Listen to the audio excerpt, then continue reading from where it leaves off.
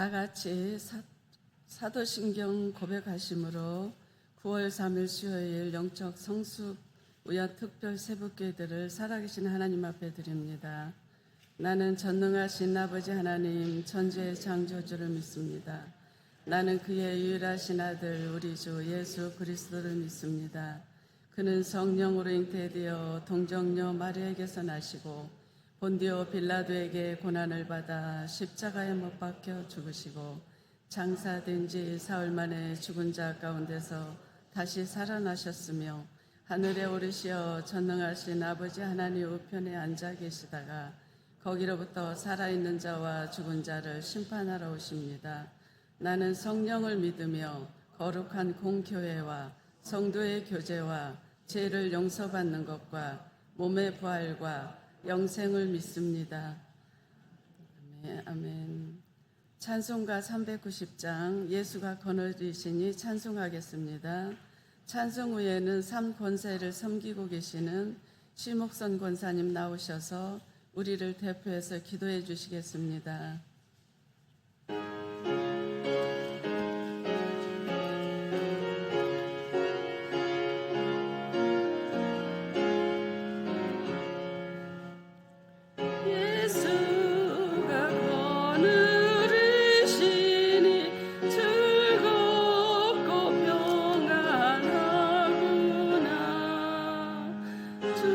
주야로 자고 깨는 것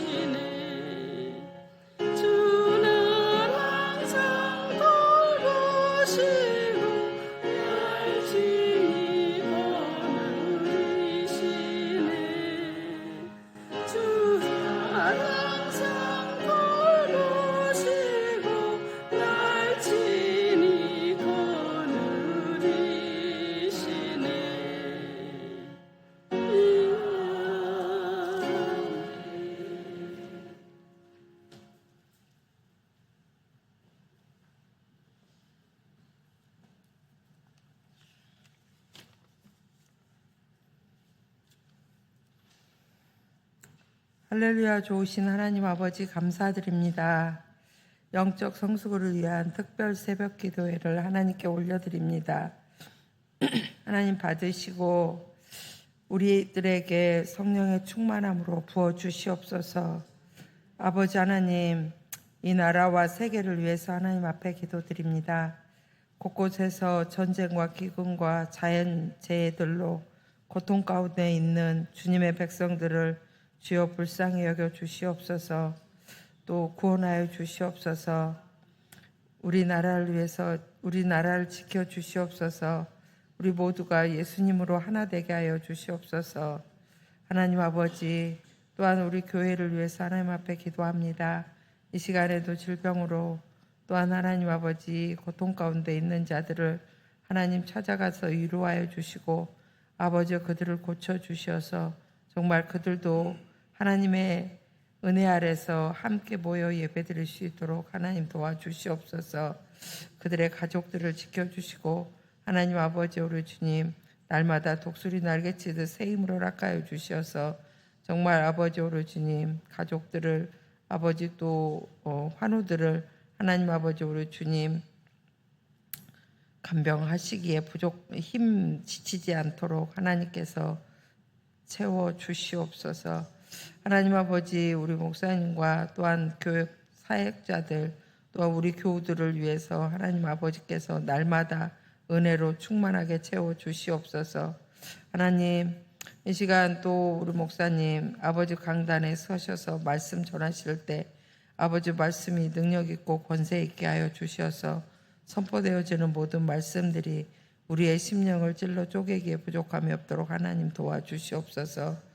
하나님 이 시간 권사회가 하나님 아버지 앞에 예배를 담당하여 드립니다.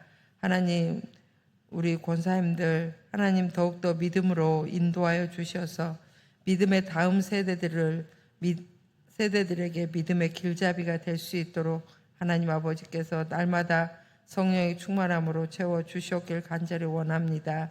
하나님 또 이 시간 권사님들 하나님께 찬양 드릴 때 하나님 아버지께서 하늘에서 받으시고 우리에게 은혜를 내려 주시옵소서. 예수님의 이름으로 기도드립니다. 아멘.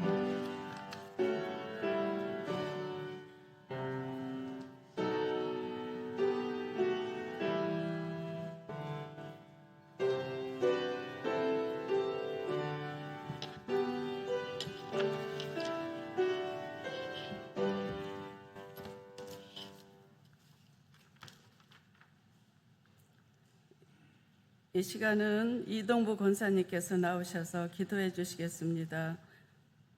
성경봉도 해 주시겠습니다. 성경봉도 후에는 1, 2, 3 권사님 회원들 모두 나오셔서 특별 찬양으로 하나님께 영광 돌리겠습니다.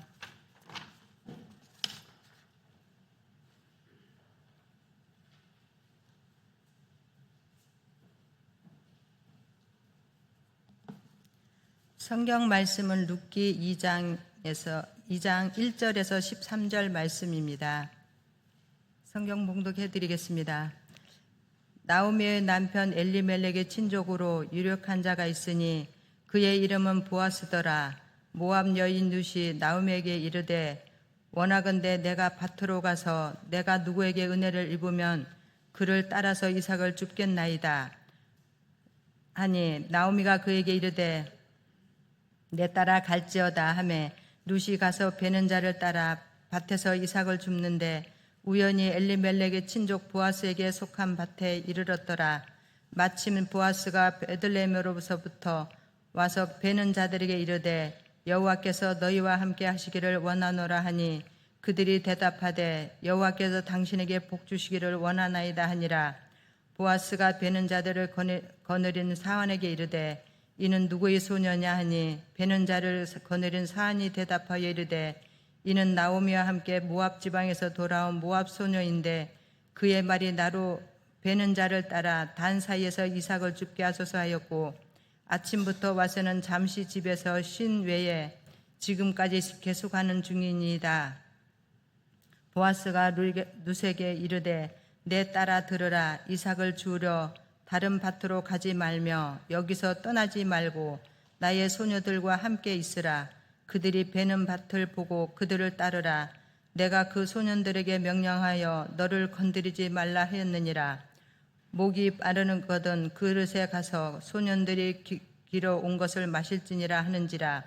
룻이 엎드려 얼굴을 땅에 대고 절하며 그에게 이르되 나는 이방 여인이거늘 당신이 어찌하여 내게 은혜를 베푸시며 나를 돌보시나이까 하니 보아스가 그에게 대답하여 이르되 내 남편이 죽은 후로 네가 시어머니에게 행한 모든 것과 내 부모와 고국을 떠나 전에 알지 못하던 백성에게로 온 일이 내게 분명히 알려졌느니라. 여호와께서 내가 행한 일에 보답하시기를 원하며 이스라엘의 하나님 여호와께서 그의 날개 아래에 보호를 받으려 온 내게 온전한 상 주시기를 원하노라 하는지라. 룻이 이르되 내 주여 내가 당신께 은혜 입기를 원하나이다. 나는 당신의 하녀 중에 하나와도 같지 못하오나 당신이 이 하녀를 이루하시고 마음을 기쁘게 하는 말씀을 하셨나이다 하니라.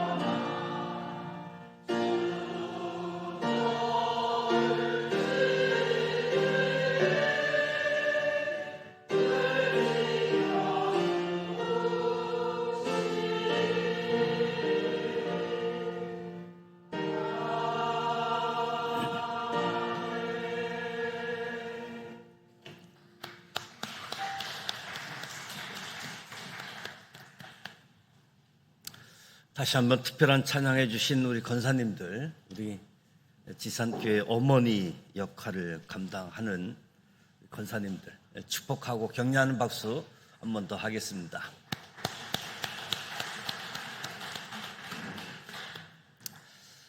베들레헴에 다시 빵이 생겼습니다. 10년 만에 풍년입니다. 중요한 사실은 누가 빵을 다시 주셨느냐는 거죠. 누가 주셨습니까? 주어를 잊으면 안 되지요. 하나님이 주셨습니다. 베들레헴 사람들이 풍년을 만들 수는 없지만 무엇을 할 수 있느냐? 이곳에 양식이 생겼다 소문 낼 수 있는 거지요. 이 소문을 듣고 나오미가 돌아오게 되어집니다. 소문을 내준 사람들이 고마운 거지요.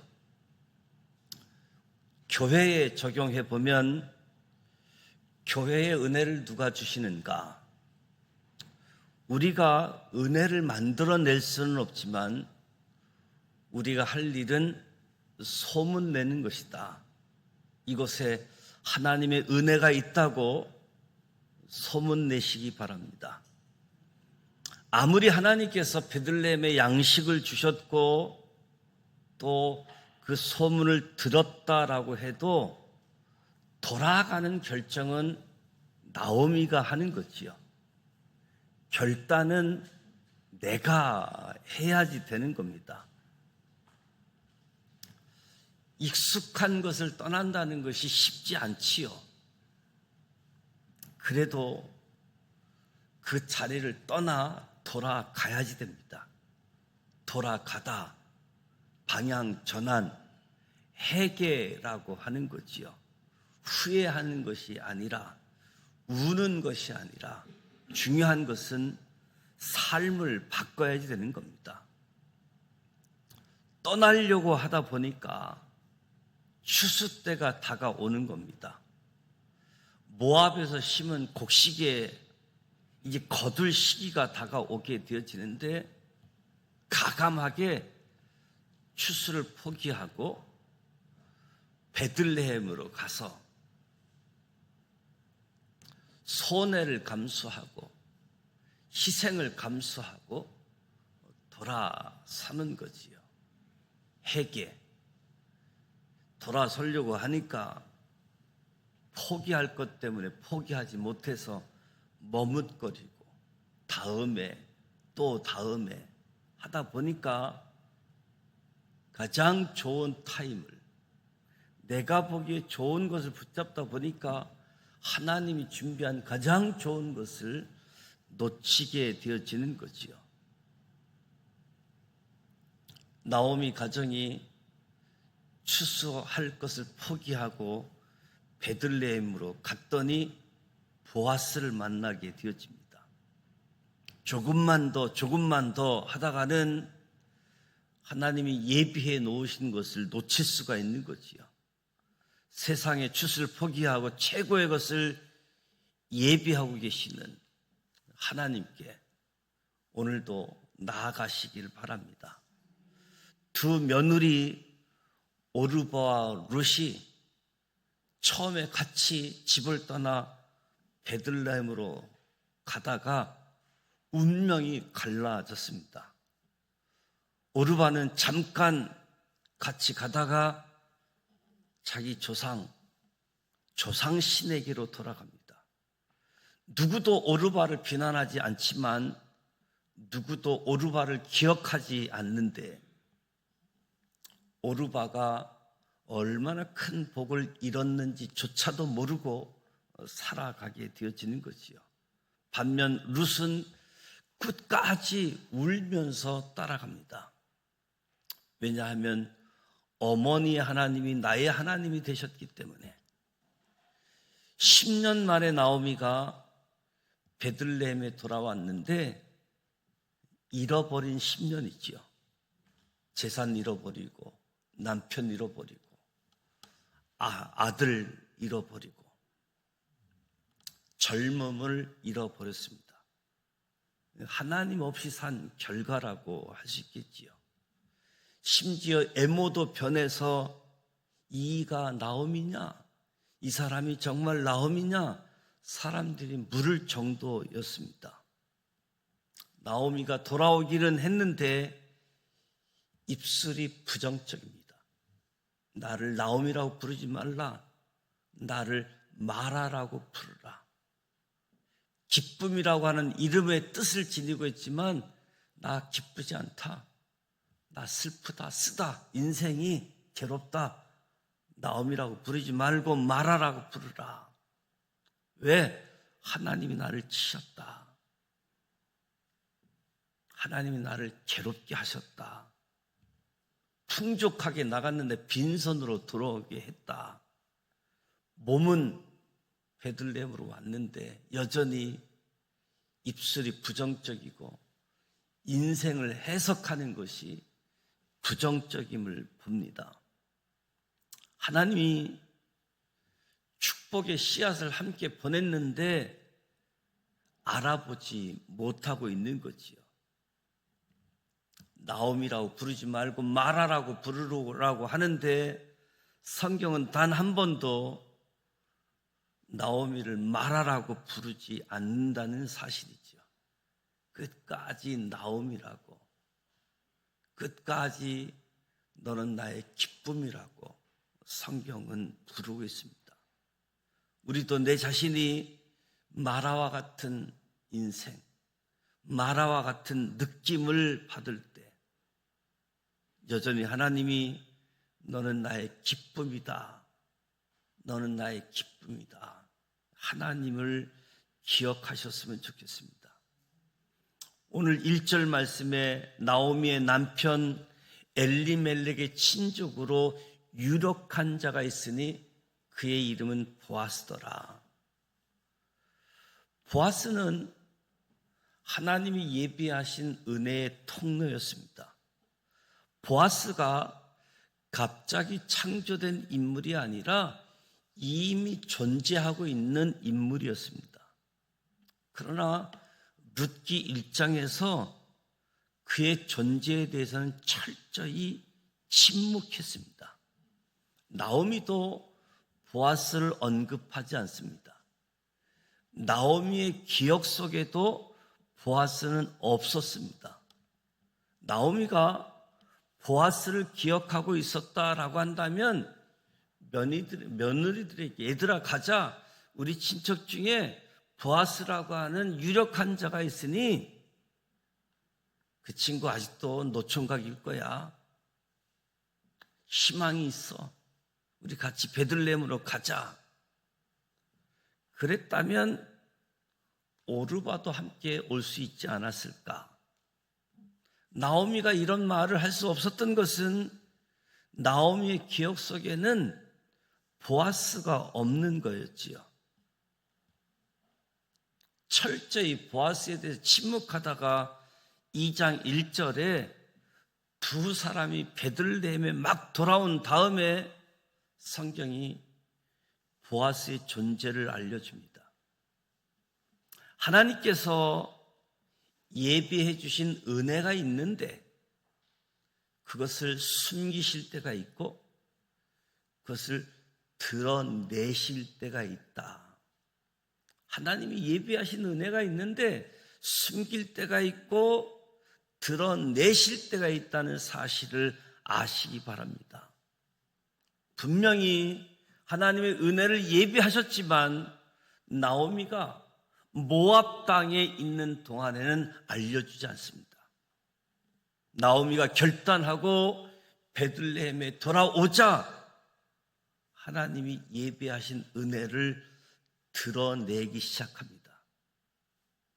저와 여러분의 인생에도 하나님이 예비하신 은혜, 하나님이 예비하신 보아스가 있습니다. 우리가 먼저 제약된 삶, 영적인 땅, 모압의 땅을 나와야, 이곳으로 돌아와야 하나님이 예비하신 은혜, 하나님이 예비하신 보아스도 드러내 주실 줄 믿습니다. 보아스가 유력한 자라고 이야기합니다. 궁금하지요? 보아스가 어떻게 해서 부자가 된 것일까? 보아스의 재산 형성 과정을 추적해 보면 보아스 아버지 이름이 룻기 4장에 언급되어져 있는데 아버지 이름이 살몬입니다. 룻기에는 어머니 이름이 소개되지 않는데 마태복음 1장에 어머니 이름이 나옵니다. 그의 어머니 이름이 유명한 라합입니다. 라합이 누구지요? 여리고 성 기생이 보아스의 어머니 라합이지요. 여호수아 2장에 눈의 아들 여호수아가 시딤에서 두 사람을 정탐꾼으로 보내면서 이르기를 가서 그 땅과 여리고를 엿보라. 그들이 가서 라합이라 하는 기생의 집에 들어가 거기서 유숙하더니 보아스의 아버지 살몬도 여호수아가 파송한 2명의 정탐꾼 중에 한 명이었을 겁니다. 자기를 숨겨준 라합과 눈이 맞아서 결혼하게 되어진 거지요. 정탐꾼, 목숨을 걸고 하는 일이잖아요. 잘못하면 죽습니다. 그래서 성공한 정탐꾼은 항상 큰 상을 받게 되어지지요. 살몬보다 먼저 하락했던 1세대 정탐꾼 12명이 가나안 땅 정탐을 하게 되어지지요. 10명은 잘못된 보고를 했고 2명은 성공적인 보고를 했습니다. 그 두 사람이 여호수아와 갈렙이었습니다. 여호수아와 갈렙이 큰 상을 받았다는 사실을 아십니까? 여호수아와 갈렙이 큰 땅을 개인적으로 받습니다. 갈렙은 헤브론 땅을 상으로 받아요. 지파들에게 제비 뽑기를 해서 땅을 분배해 주는데 갈렙은 개인적으로 땅을 받습니다. 왜? 정탐. 목숨을 걸고 정탐하는 일에 성공해서.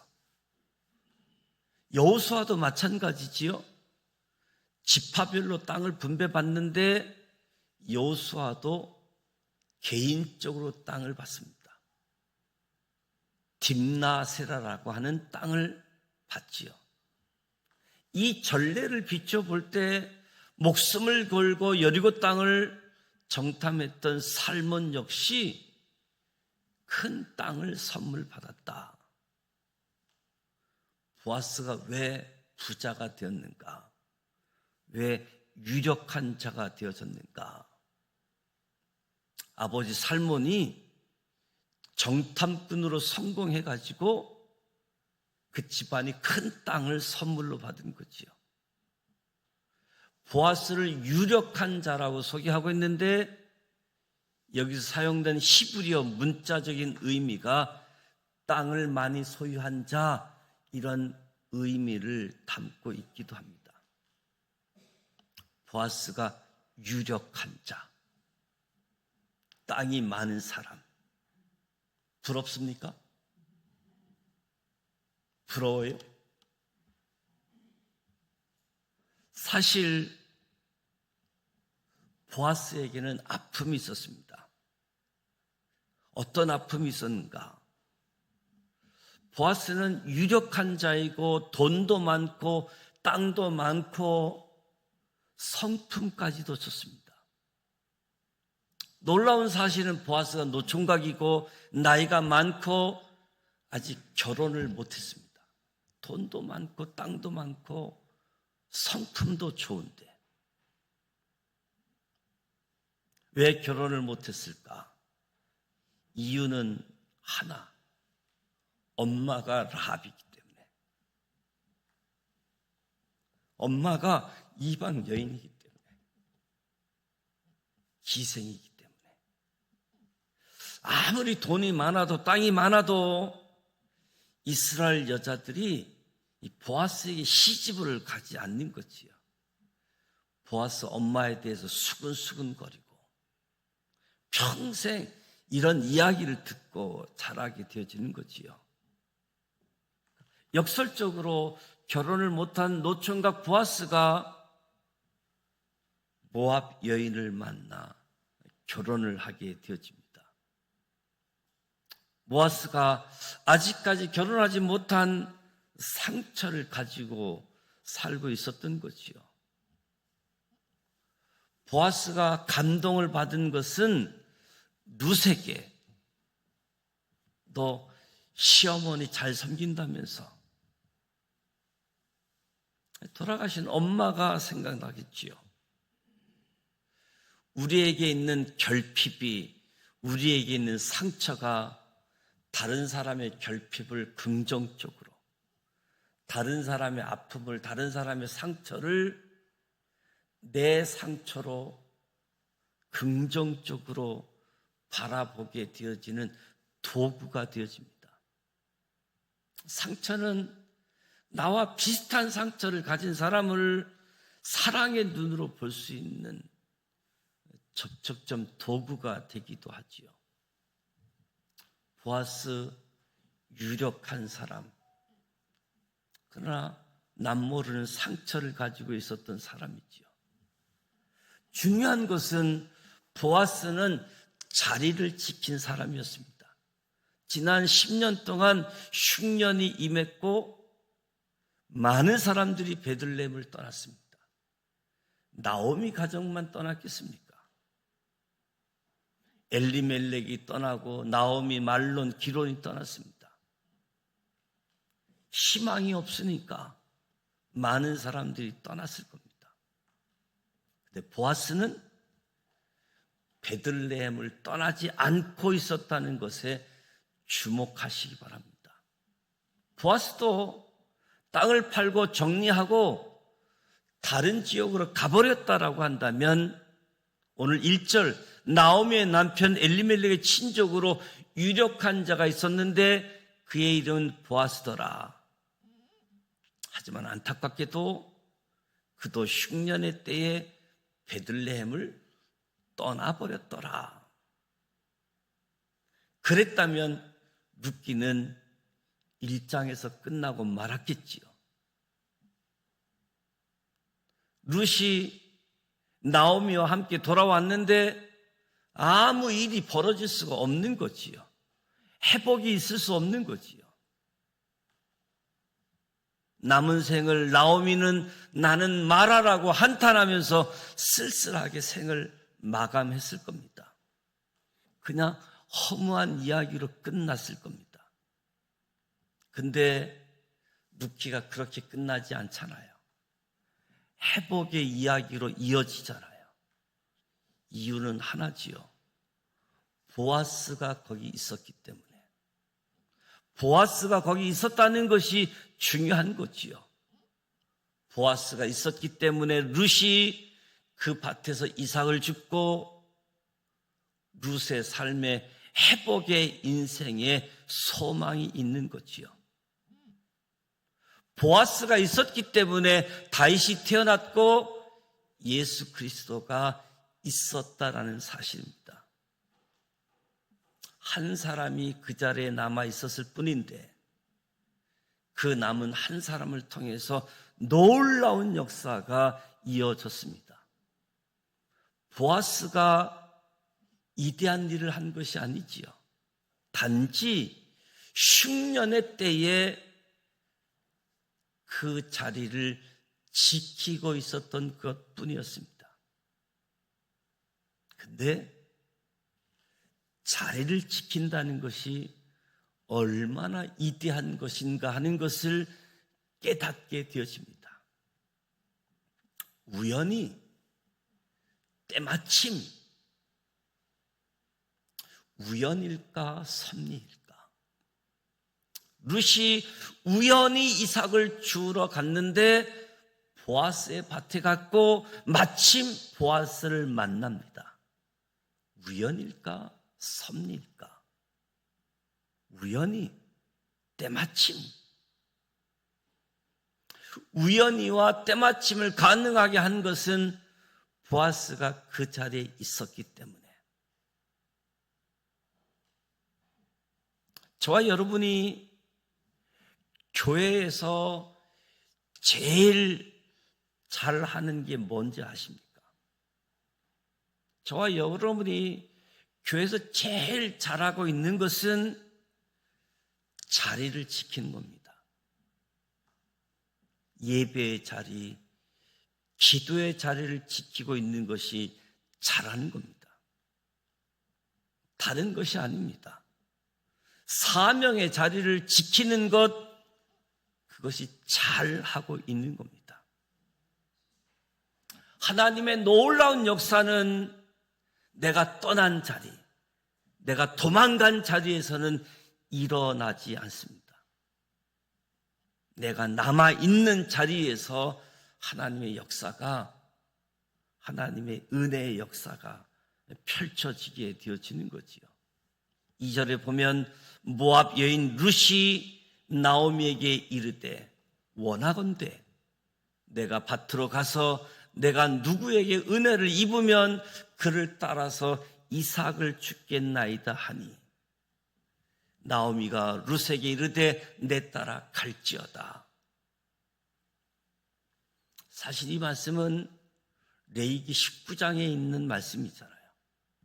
너희가 너희의 땅에서 곡물을 거둘 때에 반 모퉁이까지 다 거두지 말고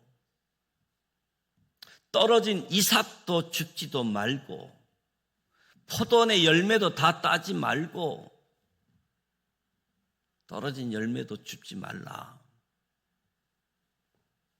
레위기 23장에서도 똑같이 이야기하지요. 가난한 자 거류민을 위해 버려두라. 고아와 가부들을 위해서 남겨두라. 추수할 때 그래도 내가 복 줄게. 이 말씀이 기록되어져 있는데 이 말씀을 룻이 기억하고 있는 겁니다. 룻은 이방 여자이고 나오미는 이스라엘 사람인데 나오미에게 들은 하나님의 말씀을 룻이 기억하고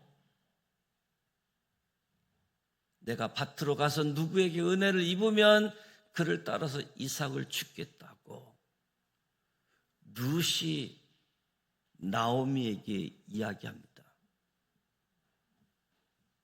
룻은 나오미를 통해서 하나님을 알기 시작했고 하나님에 대한 신앙을 가졌습니다.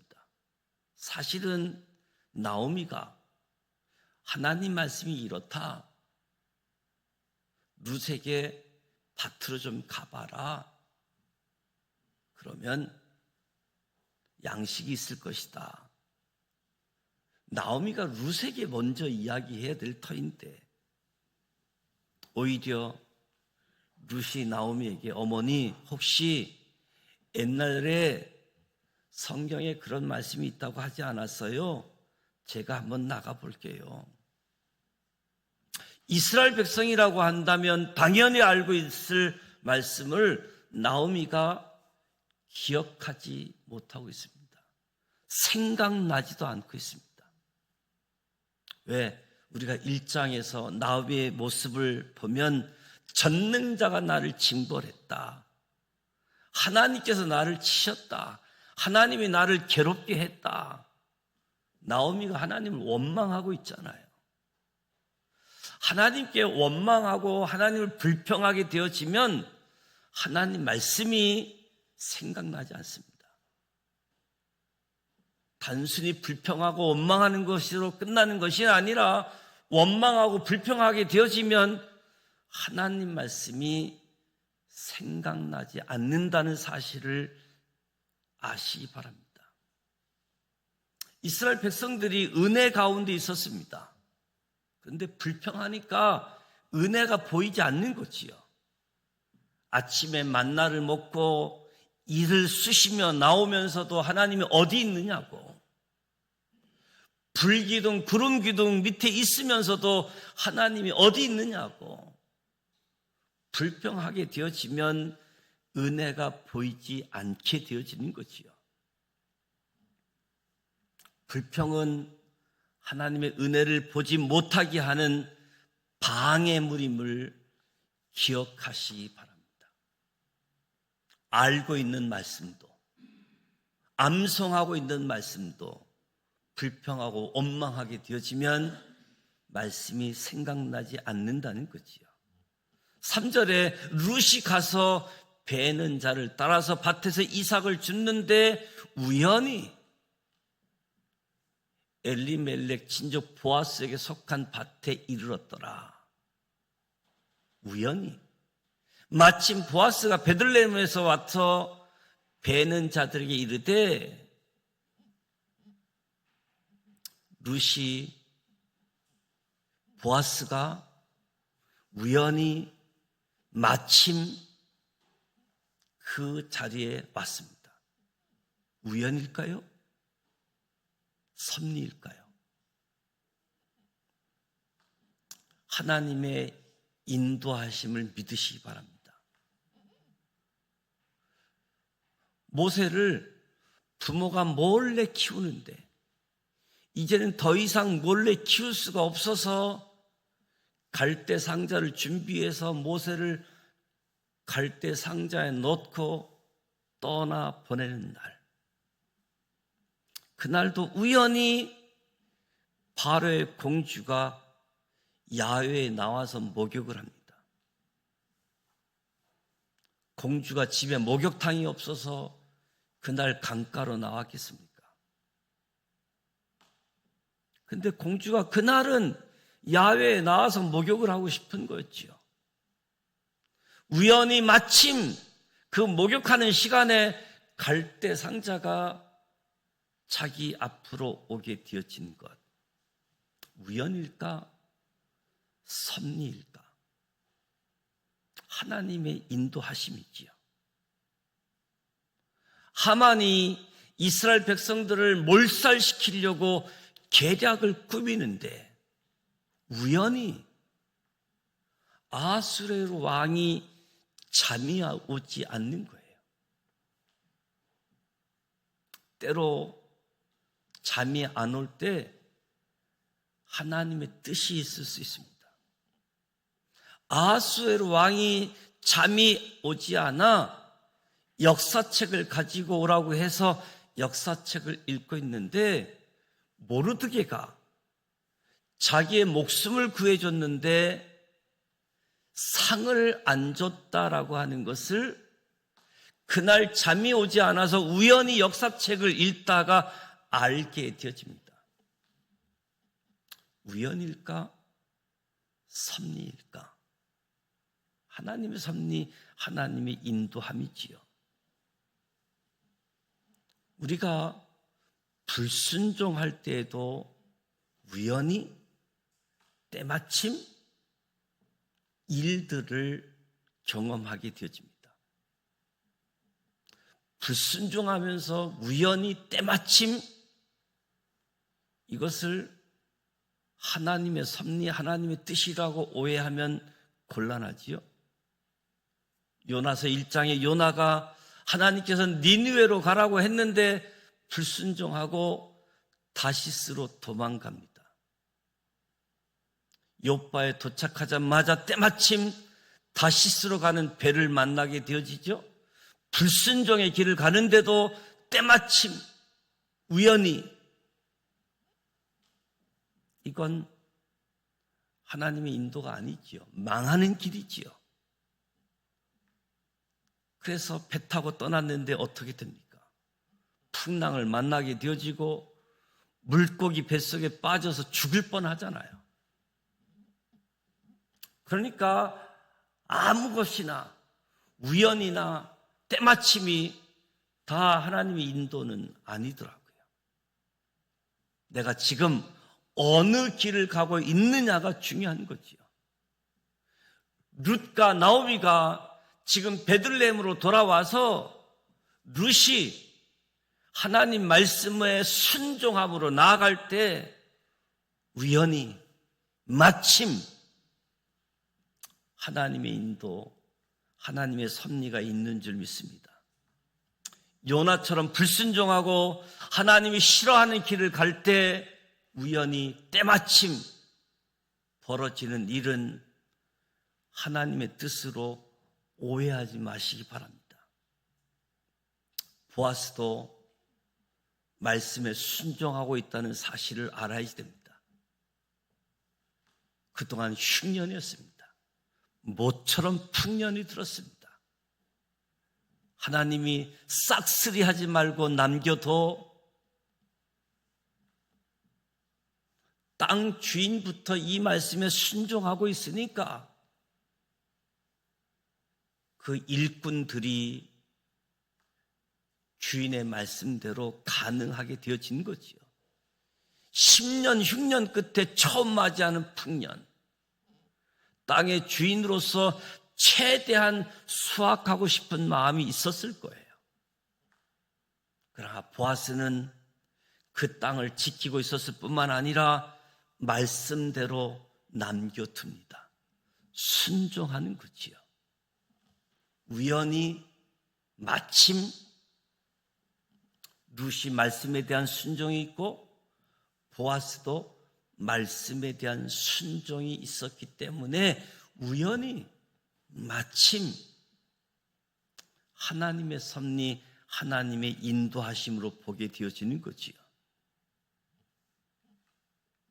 흥미로운 사실은 룻이 계속 사용하는 단어가 있는데 은혜라는 단어를 사용합니다. 내가 밭으로 가서 누구에게 은혜를 입으면 보아스에게도 어찌 내게 은혜를 베푸십니까? 당신께 은혜 받기를 원합니다. 이 짧은 말씀을 읽었지만 룻의 입에는 은혜라는 말, 모압 사람이에요. 이방 여자예요. 근데 기회만 있으면 은혜라는 말을 이야기합니다.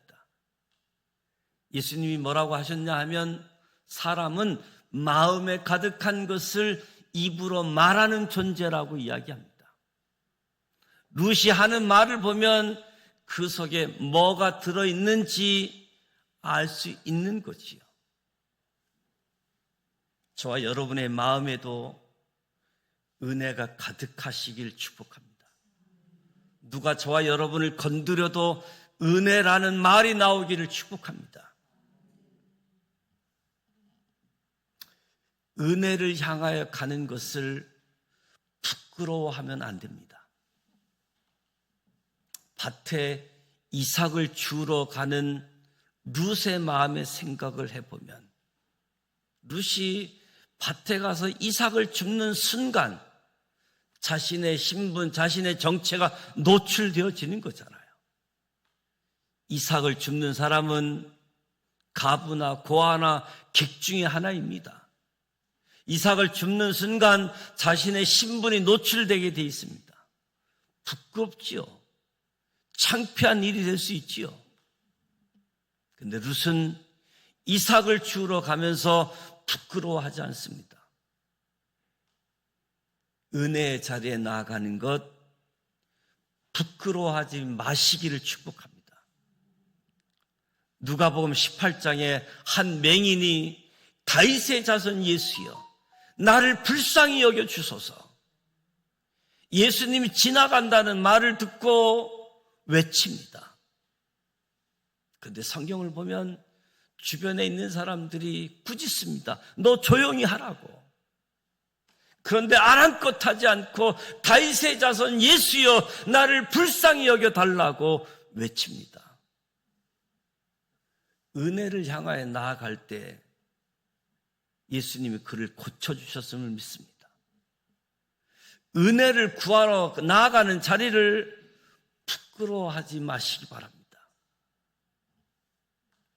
또 기억해야 될 것은, 잊지 말아야 될 것은 룻의 성실함입니다. 룻이 이삭을 줍는 모습들을 사람들이 관찰하고 있었습니다. 보아스가 저 여자 누구냐라고 할 때 룻에 대한 사람들의 보고가 있잖아요. 저 여자 아침부터 왔는데 잠깐 쉬다가 계속해서 이삭을 줍는다, 성실하게 일한다라고 보아스에게 보고합니다. 저와 여러분이 하는 일, 누군가가 보고 있다는 사실을 아셔야 됩니다. 하나님의 섭리로 우연히 보아스 밭까지 왔고 보아스를 마침 만났는데, 보아스가 저 여자 누구냐고 그랬더니, 저 여자요, 그냥 이삭 몇 알 줍더니 계속 그늘에 앉아가지고 일꾼들에게 춥 하나 던지고 있어요. 저 여자 이상한 여자예요. 그랬다라고 한다면 로맨스가 일어났겠습니까? 내 딸아 들으라. 이삭을 주우러 다른 밭으로 가지 말고, 여기서 떠나지 말고 나의 소녀들과 함께 있으라. 보아스가 룻에게 특별한 호의를 베풀기 시작한 시점이 룻에 대한 평가를 들은 다음에, 룻이 성실한 사람이라는 사실을 듣고 난 다음에 보아스가 룻에게 호의를 베풀기 시작합니다. 태도가 고도를 결정한다는 말이 있습니다. 우리의 태도가 높아지느냐 낮아지느냐. 하나님이 아무리 은혜의 자리로 인도하셔도 나의 태도가 어떠냐에 따라서 받는 은혜가 달라지는 거죠. 룻이 말씀을 기억하고 말씀에 순종하면서 성실했다는 사실을 기억해야 됩니다. 12절에 여호와께서 그의 날개 아래에 보호를 받으러 온 내게 온전한 상 주시기를 원하노라. 이방 여인이 이삭을 주우러 온 누구보다도 성실하게 한 그 모습, 단지 베들레헴에 온 것이 아니라 여호와의 날개 아래 보호를 받으러 온 내게 온전한 상이 있기를 원한다. 보아스가 룻에게 여호와께서 내가 행한 일에 보답해 주시기를 원한다. 하나님이 그날 우연처럼 그리고 마침내 인도한 것은 단지 보아스의 밭이 아니었습니다. 룻이 시어머니를 따라 돌아온 것은 단순히 어머니의 고향이 베들레헴이 아니라 여호와의 날개 그늘 아래에 있다고 보아스를 통해서 언급해 줍니다. 우연 같지만 하나님의 섭리 가운데 저와 여러분도 이 새벽 시간에 하나님을 예배하고 기도하고 있는 줄 믿습니다. 저와 여러분이 여호와의 날개 그늘 아래에 있음을 믿으시기 바랍니다. 이 은혜에 감사하는 시간을 가졌으면 좋겠습니다. 하나님이 보아스라고 하는 은혜를 예비하고 계셨지만 우리가 돌아오기 전까지는 숨기고 계셨습니다. 내가 결단할 때까지 기다리고 계시는 하나님을 기억하십시다. 불평하면 하나님 말씀이 생각나지 않고, 불평하면 하나님의 은혜가 보이지 않고, 우연히 마침 그저 우연일까가 아니라 하나님이 인도하신다. 중요한 것은 룻이 말씀에 순종하고 하나님을 의지하고 있을 때, 보아스가 하나님을 기억하고 그 땅을 지키고 있고 10년이 들다가 풍년이 되었음에도 불구하고 말씀대로 싹쓸이하지 않고 말씀대로 추수하게 되어질 때, 우연히 때마침 하나님의 역사 속에 있었습니다. 이방 여인 룻의 마음에 가득한 것이 은혜였기에 그가 입만 열면 은혜를 말했습니다. 은혜를 구하러 가는 자리를 부끄러워하지 않았습니다. 저와 여러분도 하나님 기억하시고 하나님의 은혜 가운데 하나님이 인도하십니다. 은혜의 자리로 예배하신 복을 만나도록, 그러하기에 은혜의 자리에 부끄러워하지 말고 상황이 어떠하든지 간에 말씀, 순종, 자리를 지키고 하나님께 물어보고 나아갈 때 그 자리가 하나님이 살아 움직여 역사하시는 현장으로, 오늘 다시 한번 은혜의 역사를 펼쳐가시는 그 하나님을 함께 바라보고 그 하나님을 소문낼 수 있는 저와 여러분, 불순종하면서 우연히 마침이 하나님의 인도로 오해하지 말고 하나님 말씀에 순종하는 여정 속에 우연히 마침 하나님의 인도하심이구나, 믿음의 역사를 걸어가시기를 주님의 이름으로 축복합니다. 오늘 수요일입니다. 수요일 저녁 예배가 예정되어져 있는데 오늘 수요 예배는 청년 헌신 예배로 하나님 앞에 나아갑니다. 우리 지방 주사랑교회 박진규 목사님 오셔서 말씀을 전해 주시는데 강사님, 또 우리 청년들에게 큰 은혜가 주어지길 원합니다. 수요일은 선교사님을 위해서 기도하는데 특별히 러시아의 이성국 선교사님, 서지연 선교사님 위해서 기도해 주시고, 러시아 한국 대사관, 또 선교교 우리 해외 선교위원회에서 적극 조치를 취하고 있는데, 무엇보다도 하나님이 사람들의 마음을 움직여서 추방을 하더라도 빠르게 절차가 이루어져서 진행될 수 있도록 선교사님 가정들 마음 건강 지킬 수 있도록 위해서 기도해 주시기 바랍니다. 권인수 권사님이 오늘 수술 예정이 있는데 순천향병원 수술하는데 위해서 기도해 주시기 바랍니다. 주기도문하고 기도합니다. 하늘에 계신 우리 아버지, 아버지 이름을 거룩하게 하시며 아버지의 나라가 오게 하시며 아버지의 뜻이 하늘에서와 같이 땅에서도 이루어지게 하소서.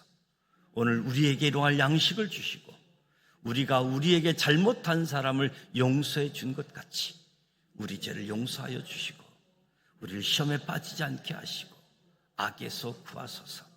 나라와 권능과 영광이 영원히 아버지의 것입니다. 아멘. 사랑